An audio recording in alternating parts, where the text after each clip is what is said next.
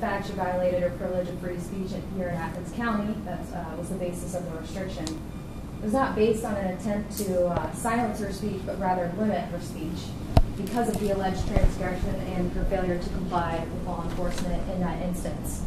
Just as someone who has committed a crime of violence is prohibited from carrying a firearm, which is also a constitutional right, the defendant should be prohibited from any further criminal activity involving protesting. So you're asking for an additional condition that she be a law-abiding citizen. Now, the Judge Goldsberry wrote no fracking demonstrations in Athens County. Yes, Your Honor. I'm not sure what that means. Does that mean that she can attend but not speak? Is that what was supposed to be there? I mean, I believe that she's not able to protest. I think that's the key word.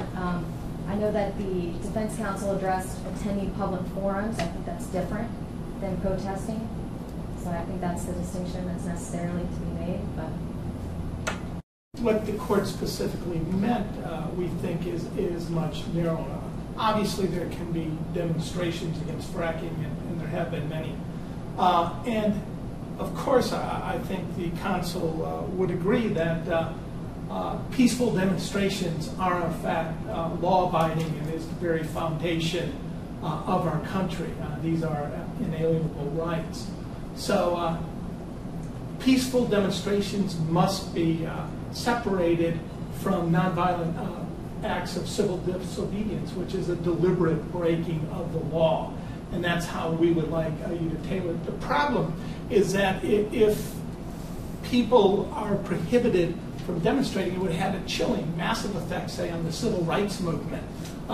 If Martin Luther King, because he was arrested for violating a law and an act of civil disobedience in an apartheid situation, would then not be allowed to speak at any demonstration, say within a church, within a traditional public forum, a park, a government building, lawfully not blocking egress or exit. So we think is that this court needs to tailor that to say, yes, she will be a law-abiding citizen. We've agreed not to do any acts of civil disobedience, no same or similar acts. That's not what we're talking about there. We're talking about peaceful assembly that is protected by the First Amendment, and that's all we're asking for here.